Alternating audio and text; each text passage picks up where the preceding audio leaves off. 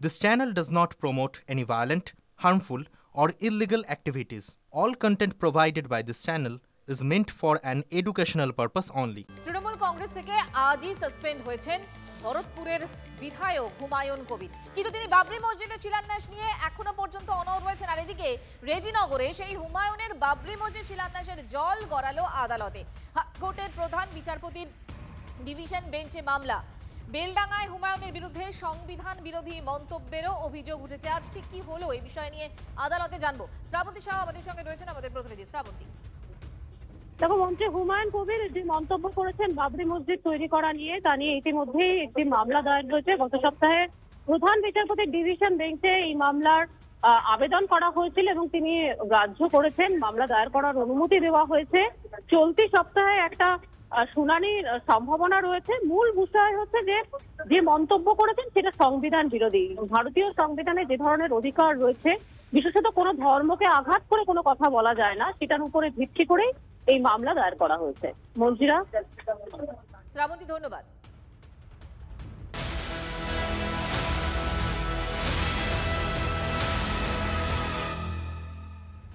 বিধানসভা ভোটের মুখে তৃণমূল থেকে সাসপেন্ড হুমায়ুন কবির, মানে ভরতপুরের বিধায়ক।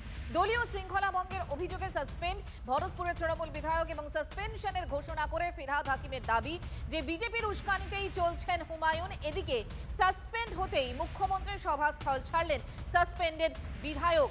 আগামীকাল দল ছেড়ে 22শে ডিসেম্বর নতুন দলের ঘোষণা হুমায়ুন কবিরের। এই মুহূর্তে আমাদের সঙ্গে রয়েছেন আমাদের প্রতিনিধি মহাদেব। মহাদেব, এই মুহূর্তে আমার খুব জানতে ইচ্ছে করছে যে হুমায়ুন কবির এই মুহূর্তে যা যা কাজ করছেন, মানে এখনো পর্যন্ত বিদ্রোহী হুমায়ুন কবিরকে আমরা যা যা বলতে শুনেছি, আজকে সেটা ফিরহাদ হাকিম বললেন যে পুরোটাই বিজেপির কথায় তিনি চলছেন। কি বলছেন হুমায়ুন কবির?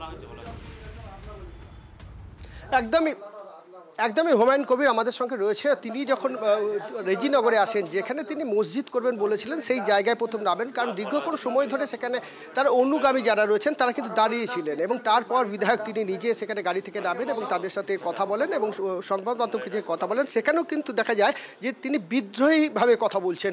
অর্থাৎ হুমায়ুন কবির আমাদের সঙ্গে রয়েছেন। আপনার বিরুদ্ধে একটা অভিযোগ উঠে আসছে, আপনি বিজেপির কথাতেই নাকি এমন কাজ করছেন। কে বলছে? ববি হাকিমের কোনো প্রশ্নের উত্তর দেব না। ও অর্ধেক মুসলিম, অর্ধেক হিন্দু, পুজোও করে, নামাজ ফাঁকি দিয়ে পড়ে। আমরা বিধানসভায় নামাজ পড়তে যাই জুম্মার, তো 2 রাকাত নামাজ পড়ে চলে যাই, গিয়ে আড্ডা মারে বসে থাকে। ওর কোনো কথার জবাব দেবো না। এই যে আপনাকে সাসপেন্ড করা হলো আজকে, এটা কি প্রত্যাশিত ছিল? যদি গ্রেফতার করা হয় ওদেরকে জিজ্ঞেস করবেন। এরা অনেক কিছু প্ল্যান মাফিক চলে। গত 2 বছর ধরে পঞ্চায়েত নির্বাচনের সময় থেকে এখানকার এমএলএকেও কোনো গুরুত্ব দেয়নি। রেজিনগরের এমএলএ সে মুখ বুঝে সহ্য করেছে তার ব্যক্তিগত স্বার্থ কায়েম করার জন্য। আমার সঙ্গেও এই ধরনের আচরণ দল করেছে। মুখ্যমন্ত্রীকে বলার পরও তার সুরাহা হয় না। আর এদের কিছু মুখপাত্র আছে, কিছু নেতা আছে, তারা শুধু বলে যে দলের বাইরে ওপেন প্ল্যাটফর্মে মিডিয়াতে মুখ খুলছে।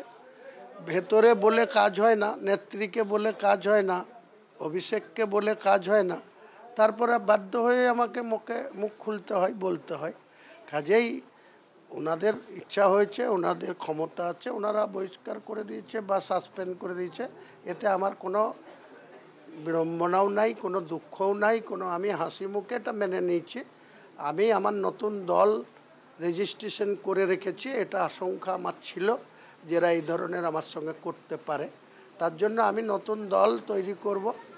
সেই দল 22শে ডিসেম্বর সোমবার বহরমপুরে বেলা 1টার সময় আমার টোটাল পূর্ণাঙ্গ কমিটি, এই জেলার কারা থাকবে, কলকাতার কারা থাকবে, সব প্রমাণ হয়ে যাবে। এবং ওখানে কমিটি ডিক্লেয়ার করে দেওয়ার পর ময়দানে নামব এবং জানুয়ারি মাসের 1 তারিখ থেকে গোটা 31শে জানুয়ারি মুসলমান সম্প্রদায়ের যে ওয়াকফ যে অ্যামেন্ডমেন্ট কেন্দ্র সরকার করেছে, যেটার জন্য মুখ্যমন্ত্রী নিজে বলেছিলেন, মিথ্যাচারের তো শেষ নাই।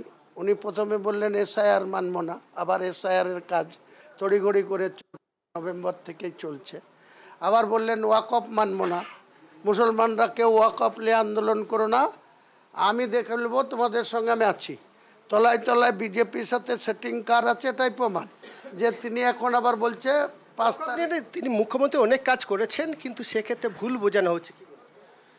কোথায় কাজ করেছেন কি করেছেন সব দুধ কা দুধ পানি কা পানি। মুসলমান সমাজকে অতটা গাধা ভাবার কোনো কারণ নাই। মুসলমান সমাজ আজকে অনেক সচেতন, তারা নিজের ইমান নিয়ে বেঁচে থাকতে হয়। কবরে যেতে হলে ইমান নিয়ে যেতে হবে, মানে সুদখোর হিসাবে মুনাফেক হিসাবে কবরে গেলে তাকে শাস্তি ভোগ করতে হবে আল্লাহর। যারা ইমানদার মুসলমান তারা আমার সঙ্গে সহমত পোষণ করবে। আর কিছু মুনাফেক আছে, কিছু পাতাখোর আছে, কিছু হিরোইনখোর আছে, কিছু গাঁজাখোর আছে, কিছু সুদখোর আছে। তারা সুদ মুসলমানের কোরআনে হারাম, লটারি টিকিট কাটা মুসলমানের কোরআনে হারাম, মিথ্যা কথা বলা মুসলমানের পক্ষে না জায়েজ। কাজে আমি একজন মুসলমান হিসাবে আমি মসজিদ করব বলেছি, 3 বছর সময় দিয়েছিলাম, আমি আরও 1 বছর বেশি লাগতে পারে। মসজিদ, তার সঙ্গে ইসলামিক হসপিটাল, তার সঙ্গে মেডিকেল কলেজ 100 সিটের, এবং পাশে মুসাফিরখানা 250 কামরার, যাতে বাইরের লোকরা এইখানে বুঝতে পারছি দর্শন। তিনি কিন্তু তার বক্তব্য রাখছেন। মহাদেব, তুমি আমাদের সঙ্গে থাকো, ওনাকেও বলো সঙ্গে থাকতে। আমরা একটা বক্তব্য শোনাই। আজ বহরমপুরের সভা থেকে মুখ্যমন্ত্রী মমতা বন্দ্যোপাধ্যায় নাম না করে ঠিক কি বলেছেন এই হুমায়ুন কবিরকে উদ্দেশ্য করে, একবার শোনাই। সব ধর্মেই কিছু গদ্দার থাকে, কিছু কুলাঙ্গার থাকে, যারা বিজেপির টাকা খেয়ে মিথ্যে প্রচার করে লুট আর বলে ঝুট, করতে হ্যায় লুট আর বলতে হ্যায় ঝুট। এদের মনে রাখবেন, এদের হয়ে কেউ কেউ টাকা খেয়ে নানা রকম ভাবে আপনাদের অপপ্রচার করবে, বিভ্রান্ত করবেন। ভেতরে ভেতরে যোগাযোগ রাখবে আমাদের কারো কারো সাথে, সাম্প্রদায়িকতা করবার জন্য টাকা দিয়ে ফান্ডিং করবে আর তৃণমূলকে দোষ দেবে। এটা হবে না। একটা জিনিস ভালো করে জেনে রাখুন, নতুন করে মুর্শিদাবাদে কোনো দাঙ্গা হোক এবং এনআইএর হাতে কেস তুলে দিয়ে আমাদের ছোট ছোট ভাই বোনেদের গ্রেপ্তার করা হোক, এটা আমি চাই না। আমি চাই মুর্শিদাবাদ জেলা গর্বের জেলা, শান্তির জেলা, মা মাটি মানুষের জেলা। কোনো দাঙ্গার প্রশ্রয় কখনো দেবেন না। বুক পেতে শান্তি রক্ষা করবেন, তবেই তো শান্তিতে বসবাস করবেন। কেউ কেউ টাকা খেয়ে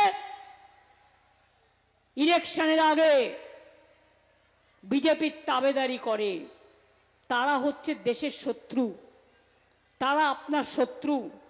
এটা মাথায় রাখবেন। যারা নির্বাচনের 2 মাস আগে থেকেই সব রাজনীতি করে, এটা বিজেপির পাল্লায় পড়ে। যেমন মায়েরা একটা শাক পচে গেলে শামুকটাকে সরিয়ে দেন, তেমনি এদের সরিয়ে দেবেন। এসব দেখবেন না, এসব দেখলে মাথা খারাপ হবে, নেগেটিভ চিন্তাধারা হবে। সবসময় পজিটিভ হতে হবে। একটা ধান পচে গেলে সেগুলো সরিয়ে দিতে হয়, তা নাহলে সব ধানটা পচে যায়। কাজেই কিছু পোকামাকড় উড়ে আসে, তারাও তো প্রকৃতির জীব। পোকামাকড় আসলে আমরা সরিয়ে দিই। কিছু পোকামাকড় থাকবেই, জগৎ চলবে, জীবন চলবে, দেশও চলবে, বাংলাও চলবে। কিন্তু পোকামাকড়কে আমরা সরিয়ে দিয়ে আমরা আমাদের কাজটা করব নিজেদের মতো করে। আপনাদের শোনালাম মুখ্যমন্ত্রী মমতা বন্দ্যোপাধ্যায় তিনি আজকে সভা থেকে ঠিক কি বলেছেন। নাম না করে তিনি হুঁশিয়ারি দিলেন এই হুমায়ুন কবিরকে, এবং এই পুরো বিষয় নিয়ে বিজেপির ঠিক কি বক্তব্য, বিজেপি কি বলছে শোনাই আপনাদের। হুমায়ুন কবিরের এই যে সাসপেন্ড করা, এটা মমতা বন্দ্যোপাধ্যায়ের গ্যালারি শো। মমতা বন্দ্যোপাধ্যায় নিজেকে হিন্দু হিতৈষী দেখানোর জন্য এই ধরনের সিদ্ধান্ত নিয়েছেন। ভোটের পর আবার হুমায়ুন কবির তৃণমূল কংগ্রেসেই ফেরত আসবে, আমার তাই মনে হয়। এবং এটা শুধুমাত্র চেষ্টা হচ্ছে যাতে মুসলিম ভোট, যারা কিছুটা অসন্তুষ্ট হয়েছে মমতা বন্দ্যোপাধ্যায়ের উপর, কারণ ওয়াকফ বিল মমতা বন্দ্যোপাধ্যায়ের সরকারকে লাগু করতে হয়েছে, উপায় নেই, কারণ কেন্দ্র সরকার পাশ করেছে, করতেই হবে, তাকে কেউ আটকাতে পারবে না। এবং এই ধরনের অনেক পদক্ষেপের জন্য মমতা বন্দ্যোপাধ্যায়ের উপর মুসলিমরা ক্ষুব্ধ। সেই ক্ষুব্ধ মুসলিমদের ভোটকে চ্যানেলাইজ করার জন্য হুমায়ুন কবিরকে দায়িত্ব দিয়েছে মমতা বন্দ্যোপাধ্যায়, এবং পুরোটাই গট আপ গেম। ডেটে নিতে এতদিন সময় লাগে। আর যখন তিনি বলেছিলেন যেখানে হিন্দুরা 30% আমরা 70% যখন চাইব তখন কেটে ভাগীরথীতে ভাসিয়ে দেবো, তখন মুখ্যমন্ত্রী চুপ ছিলেন কেন? যেদিন ফিরহাদ হাকিম বলেছিলেন প্রত্যেক মুসলমানের উচিত আরেকজনকে মুসলিম ধর্মে রূপান্তরিত করা আর খোলাখুলি দাওয়াতে ইসলামের কথা বলেছিলেন, সেদিন মুখ্যমন্ত্রী চুপ ছিলেন কেন? আর মুখ্যমন্ত্রী তো নিজে ঈদ উল ফিতরের মঞ্চ থেকে বলেছিলেন যে বিজেপি ইজ প্র্যাকটিসিং হিন্দু ধর্ম ইজ গান্ধাধর্ম। সেদিন ওনার বিবেক কোথায় ছিল? তো এগুলো সম্পূর্ণ নাটক। তৃণমূল ওখানে বাবরের রাজ প্রতিষ্ঠা করতে চাইছে। পশ্চিমবঙ্গের মানুষ শুধু নয়, ভারতবর্ষের মানুষ সেটা হতে দেবে না।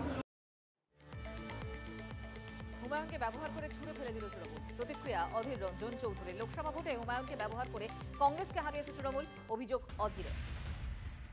তারা এটা সিদ্ধান্ত নিচ্ছে, তারাই তো হুমায়ুনকে হুমায়ুন বানিয়েছে। গত লোকসভা নির্বাচনে আমাকে হারানোর জন্য যখন হুমায়ুনের এলাকায় দাঙ্গা হলো, সেই হুমায়ুনের বক্তব্যটা নিয়ে টিএমসি পার্টির যে ভোট করার এজেন্সি আইপ্যাক, তারা হিন্দু গ্রামে গ্রামে গিয়ে প্রচার শুরু করে দিল, হিন্দু সব এক হও, বিজেপি জিতবে, সব হিন্দুকে বিজেপির পক্ষে ভোট দিতে হবে। কিন্তু সেদিন এই হুমায়ুন সে তো মমতা ব্যানার্জির ইশারাতে করেছে, তাই মমতা সেদিন তো নিন্দা করেনি। আজ হুমায়ুন খারাপ হয়ে গেল মমতা ব্যানার্জির কাছে, সেদিন তো ভালো ছিল। এই মমতা ব্যানার্জির এটাই হচ্ছে চরিত্র, ব্যবহার করো, ফেলে দাও, ইউজ অ্যান্ড থ্রো, কাজের সময় কাজই, কাজ পুরালে পাজি।